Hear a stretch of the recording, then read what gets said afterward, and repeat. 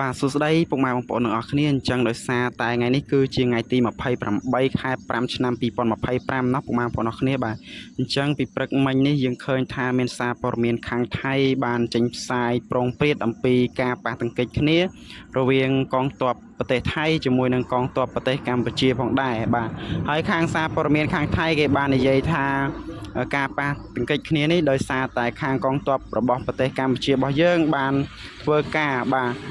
បោះជំរំបាទធ្វើលានដ្ឋានបោះជំរំចូលទៅខាងទឹកដីរបស់ថៃអញ្ចឹងណាពុកម៉ែបងប្អូនអរគ្នាបាទហើយក៏ខាងទាហានថៃហ្នឹងក៏បានបាទ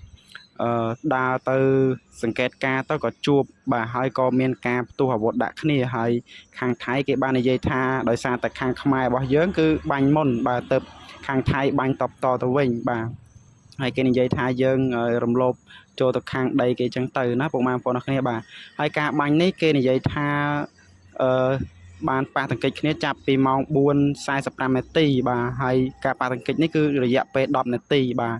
រួចមកក៏សម្រួលត្រូវគ្នាវិញណាបងប្អូនអរគ្នាបាទ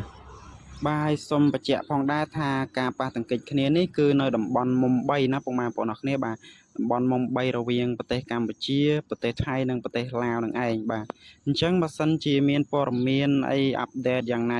យើងចាំតាមដានទាំងអស់គ្នាเนาะពុកម៉ែបងប្អូនអរគ្នាបាទអញ្ចឹងការដែលធ្វើសង្គ្រាមគឺវាអាចមានផលប៉ះពាល់ច្រើនទៅដល់សេដ្ឋកិច្ចក៏ដូចជាប្រទេសជាតិអីជាដើមអញ្ចឹងយើងរងចាំមើលព័ត៌មានទាំងអស់គ្នាថាតើខាងខ្មែរយើងតបតបែបណាហើយខាងថៃគាត់តបតបែបណាបាទនិយាយទៅចាំមើលព័ត៌មានបន្តទៀតបាទខ្ញុំនឹងតាមដានព័ត៌មាននេះបន្តទៀតឲ្យបានយកចិត្តទុកដាក់ដូចគ្នាបាទអញ្ចឹងចាំមើលថាតើទៅថ្ងៃអនាគតអាចនឹងមានការប៉ះទង្គិចគ្នារយៈពេលយូរឬក៏យ៉ាងណាបាទដោយសារតែកងទ័ពកម្ពុជានិងកងទ័ពថៃឃើញថាប្រហែលថ្ងៃនេះគឺមានការសង្គ្រាមថ្មិញដាក់គ្នាខ្លាំងមែនទែនបាទអញ្ចឹងក្នុងនាមយើងគឺជាប្រជាពលរដ្ឋខ្មែរសូមសំណូមពរពុកម៉ែបងប្អូនទាំងអស់គ្នាបាទកុំភ្លេចជួយឲ្យកម្លាំងចិត្តបងទាហានរបស់យើងក៏ដូចជាជួយឧបត្ថម្ភនៅស្បៀងអាហារផ្សេងក៏ដូចជាគ្រឿងឧបភោគបរិភោគក៏ដូចជាឧបករណ៍ប្រើប្រាស់ផ្សេងជូនទៅដល់កងទ័ពរបស់ប្រទេសកម្ពុជាយើងផងដែរដើម្បីលើកទឹកចិត្តពួកគាត់បាទព្រោះថាបើសិនជាពួកគាត់មិនថែរក្សាការពារអធិបតេយ្យភាពរបស់យើងទេយើងអ្នកនៅក្នុងប្រទេសក៏យើងមិនអាចរស់នៅបានសនុកសុខស្រួល